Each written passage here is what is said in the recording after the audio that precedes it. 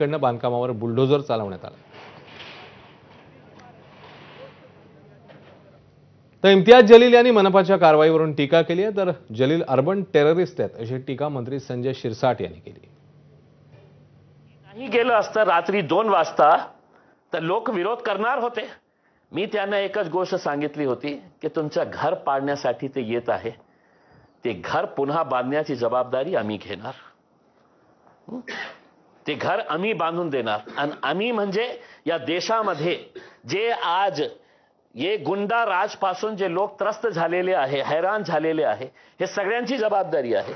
लोकांनी कॉन्ट्रीब्यूट करेल, आम्ही कॉन्ट्रीब्यूट करणार, आम्ही स्वतः कॉन्ट्रीब्यूट करणार आहे। ज्यांच्याकडे 10 रुपये आहे तर 10 रुपये कॉन्ट्रीब्यूट करतील। कारण सरकारला आम्हाला एक मेसेज द्यायचा आहे की तुम्ही या गुंडागर्दी करून एक घर पाडू शकता, घर बांधण्याची ताकद हिम्मत आमच्यामध्ये आहे। हा खऱ्या अर्थानं अर्बन अतिरेकी ज्याला म्हणतात, अर्बन टेररिस्ट हा तो प्रकार आहे। पोलिसांनी तातडीने त्या इम्तियाज जलीलवर आज गुन्हा दाखल केला पाहिजे।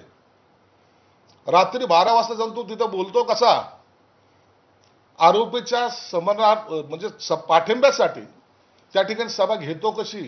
देवाभाऊचं सरकार आहे आणि देवाभाऊचं बुलडोझर, तुम्ही महाराष्ट्रात अगर जिहाद करत असाल तर देवाभाऊचं बुलडोझर चालणारच। मास्टरमाइंड इम्तियाज जलीलच आहे।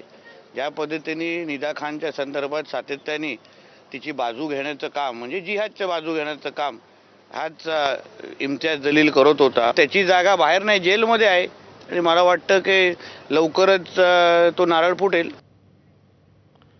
नवी मुंबईत माजी